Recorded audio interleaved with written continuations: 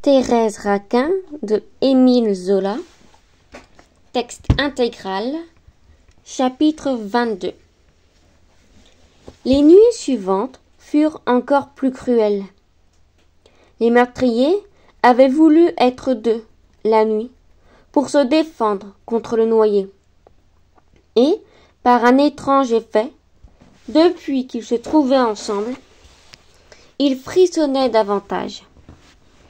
Ils n'exaspéraient, ils héritaient leurs nerfs, ils subissaient des crises atroces de souffrance et de terreur, en échangeant une simple parole, un simple regard.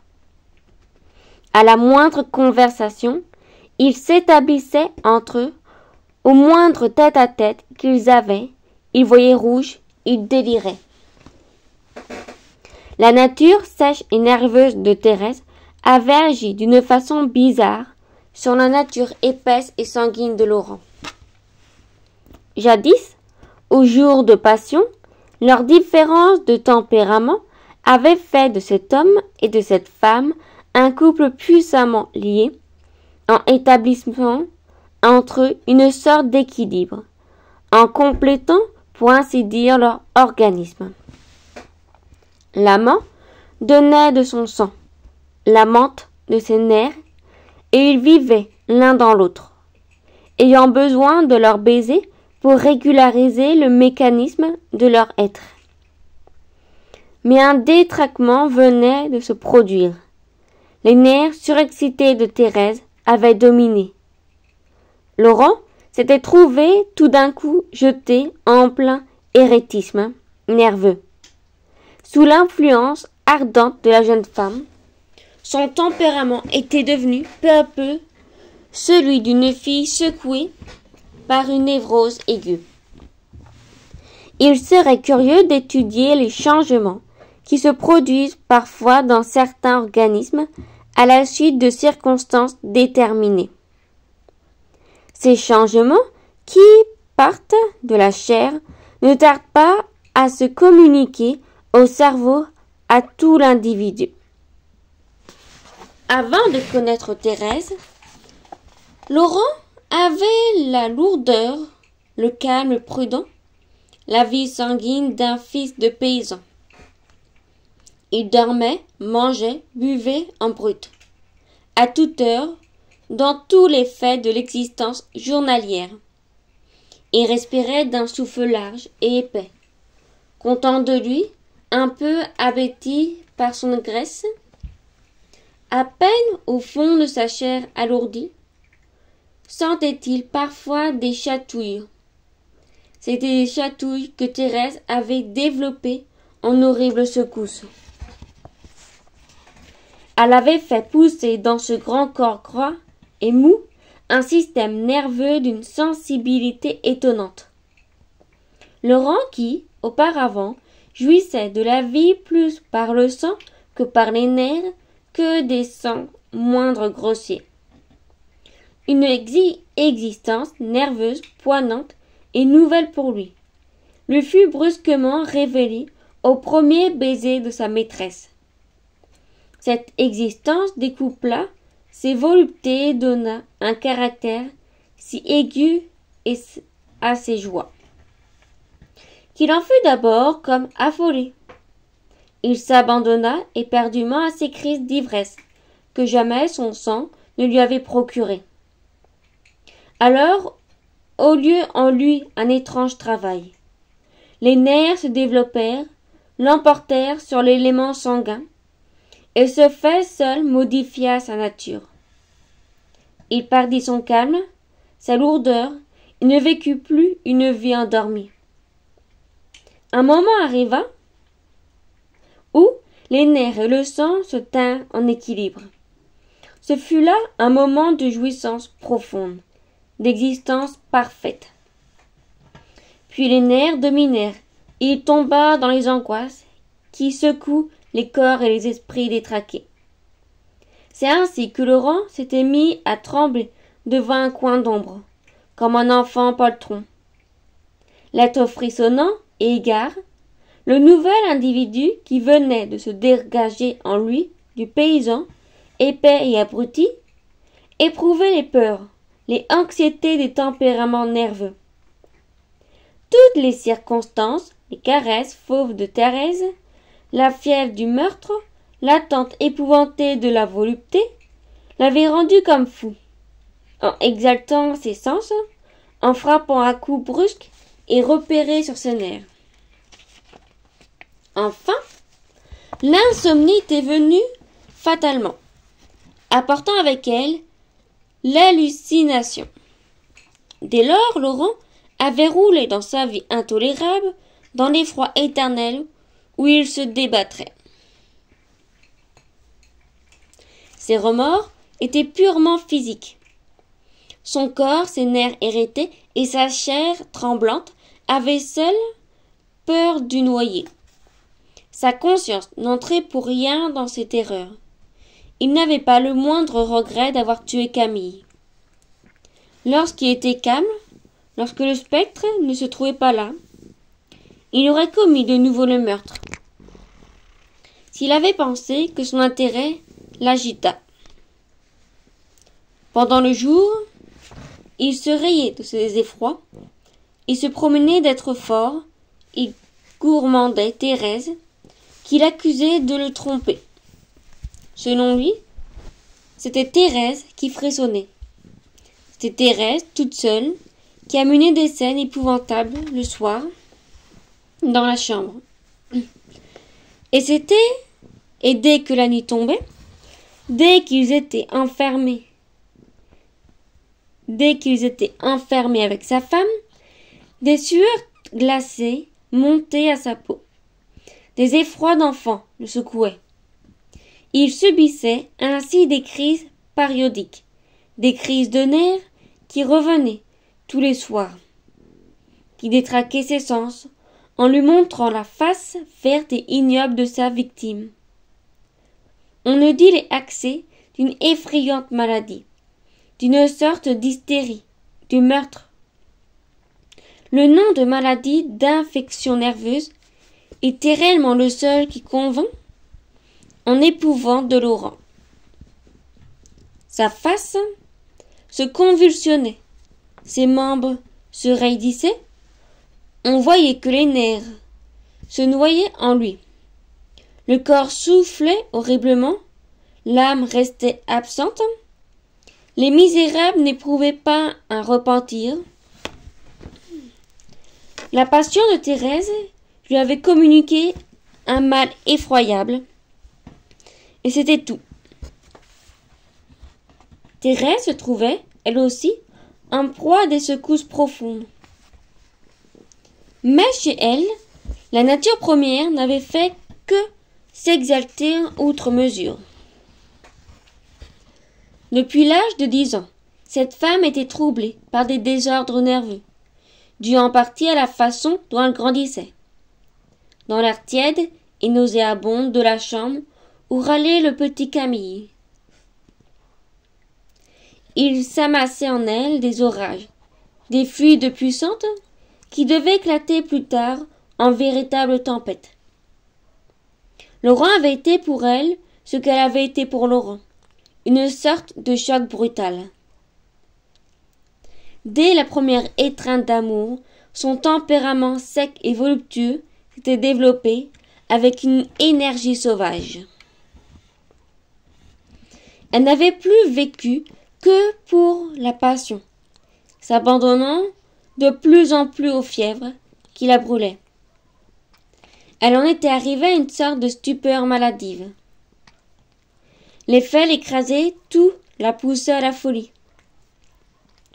Dans ses effrois, elle se montrait plus femme que son nouveau mari.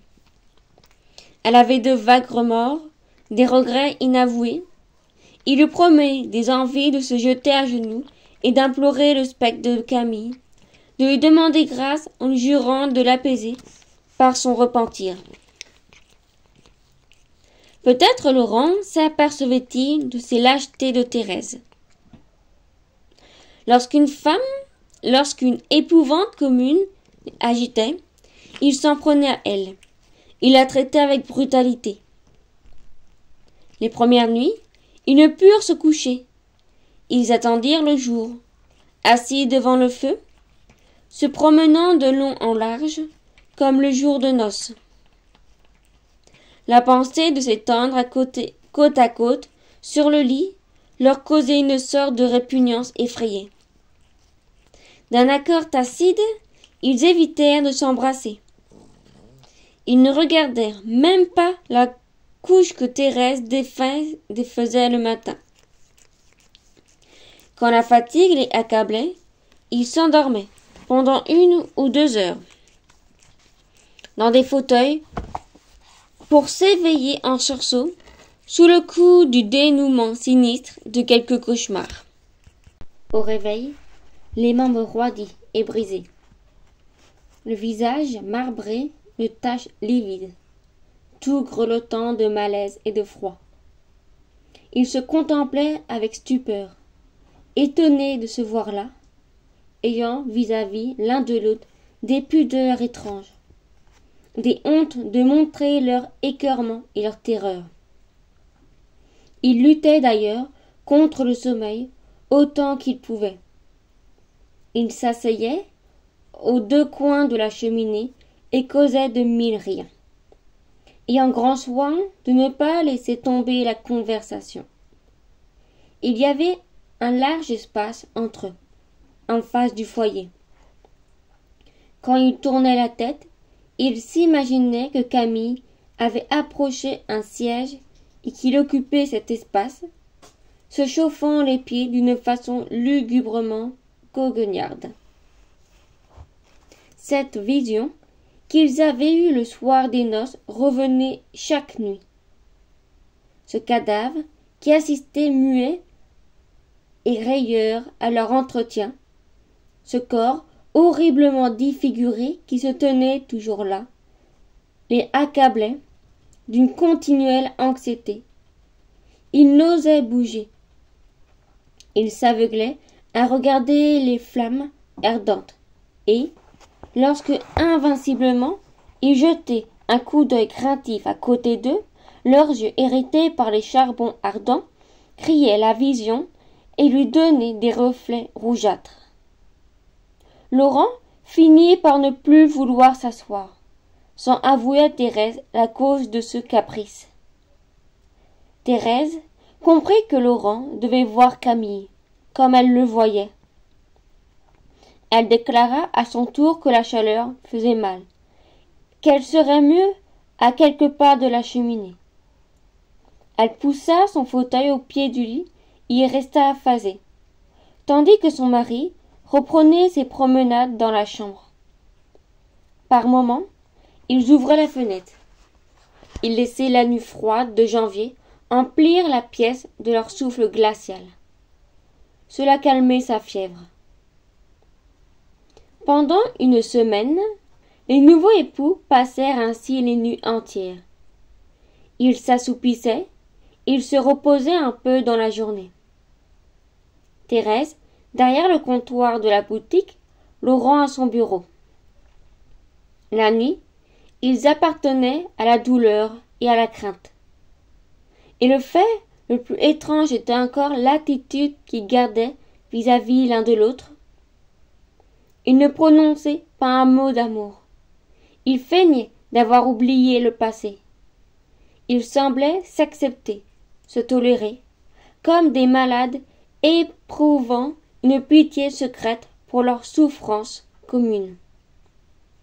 Tous les deux avaient l'espérance de cacher leur dégoût et leur peur, et aucun des deux ne paraissait songer à l'étrangeté des nuits qu'ils passaient, et qui devaient les éclairer mutuellement sur l'état véritable de leur être.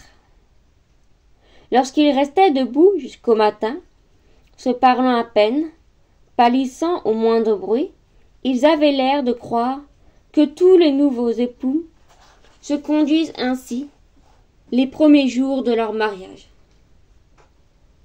Cette hypocrisie maladroite des 2 fous. La lassitude les écrasa bientôt à tel point qu'ils se décidèrent, un soir, à se coucher sur le lit.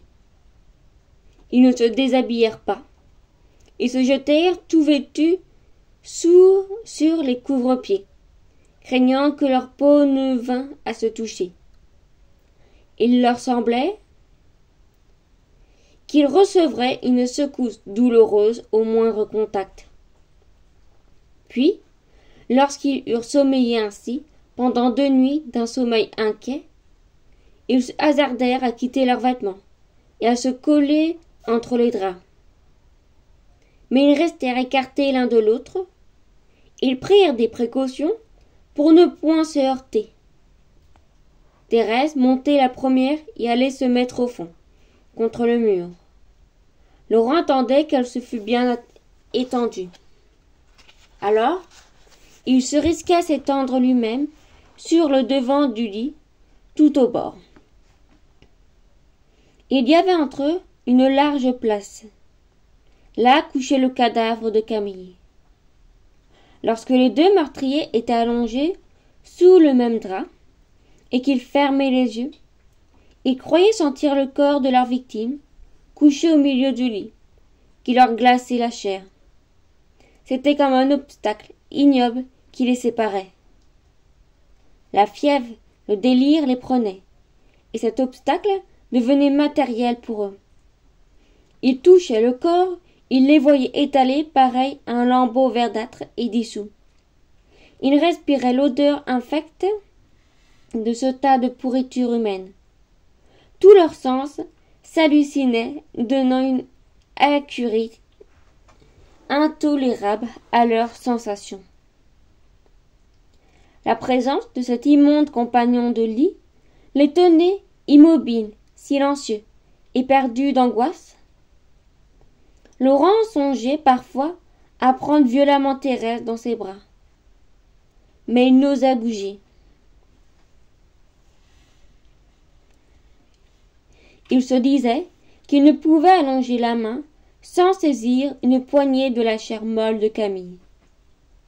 Il pensait alors que le noyé venait se coucher entre eux pour les empêcher de s'éteindre. Il finit par comprendre que le noyé était jaloux. Parfois, cependant, il cherchait à échanger un baiser timide pour voir ce qui arriverait. Le jeune homme rayait sa femme et lui ordonna de l'embrasser. Mais leurs lèvres étaient si froides que la mort semblait s'être placée entre leurs bouches. Des nausées leur venaient.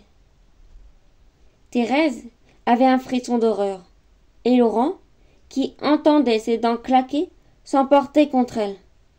« Pourquoi trembles-tu » lui criait-il. « Aurais-tu peur de Camille ? Va, le pauvre homme ne sent plus ses os à cette heure. » Ils évitaient tous 2 de se confier la cause de leurs frissons. Quand une hallucination dressait devant l'un d'eux le masque blafard du noyé, il fermait les yeux.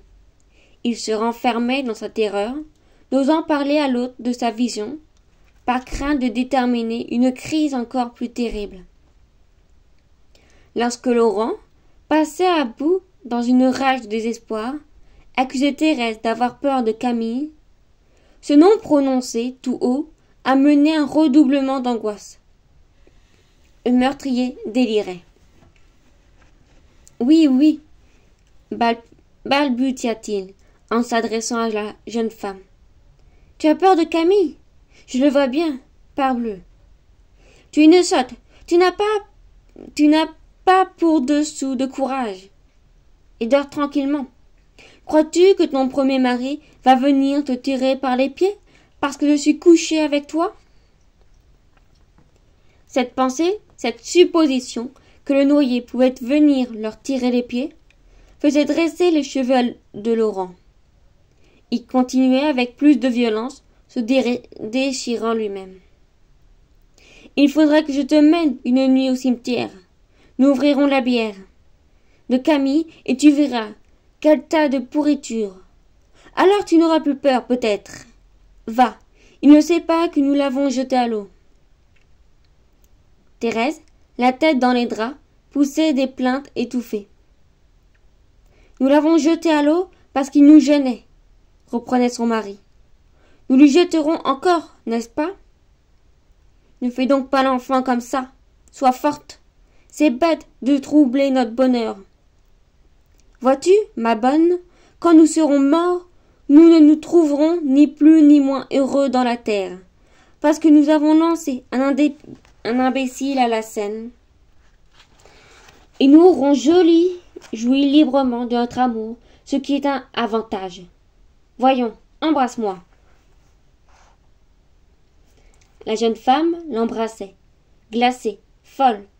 Il était tout aussi frémissant qu'elle. Laurent, pendant plus de 15 jours, nous demanda comment il pourrait bien faire pour tuer de nouveau Camille. Il l'avait jeté à l'eau, et voilà qu'il n'était pas assez mort. Il revenait toutes les nuits se coucher dans le lit de Thérèse.